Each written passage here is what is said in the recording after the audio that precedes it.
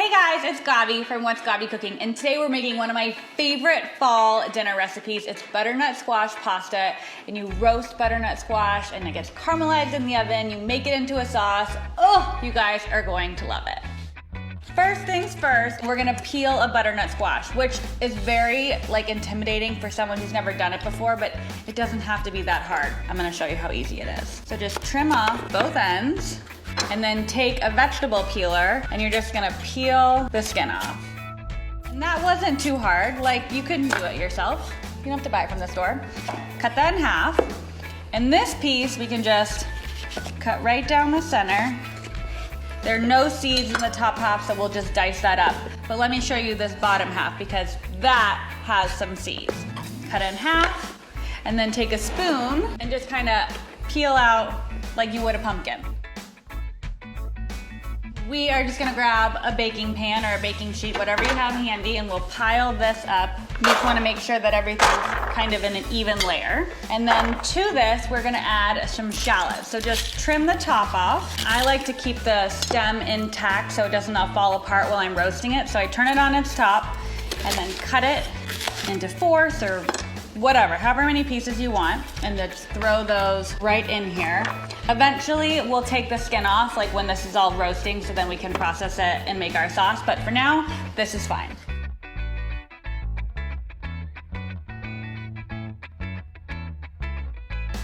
And then this just goes into a 425-degree oven until it's caramelized and there's little brown bits on the top. It's gonna be so good. All right, so while that's in the oven, I just have a giant pot of pasta water boiling. And here's the thing, everyone always tells you to put olive oil in the pasta. There's no need, you just have to make sure there's enough water to handle all your pasta. And just twist it around so it's fully submerged. And we're just gonna cook that until it's al dente. And then we'll go ahead and make the sauce. How good does that look? So that's exactly what we're looking for. We want it to be a little caramelized, a little brown. That's where you're gonna get the really incredible butternut squash flavor. And then the shallots, you know how I said we left the skin on them? We just wanna carefully peel, the skin will just fall right off basically. So just make sure you're not putting that in the blender. We're just gonna pour about a cup and a half of stock in. I'm using vegetable stock, so this is all a vegetarian meal, but you could easily use chicken stock if that's what you have on hand. Doesn't really matter. So we're gonna take this, pop the top on, and go over to the base of our blender. So we're gonna add a little bit of heavy cream, and then we're gonna add some nutmeg to really bring out that butternut squash flavor.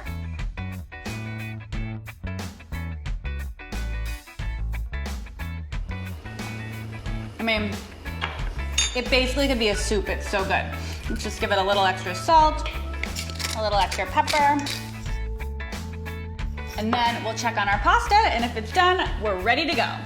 All right, so our pasta is 30 seconds away from being done, but I wanna reserve just a tiny bit of the pasta water, so I'm gonna take a little vessel and just reserve about, half a cup. That was perfect.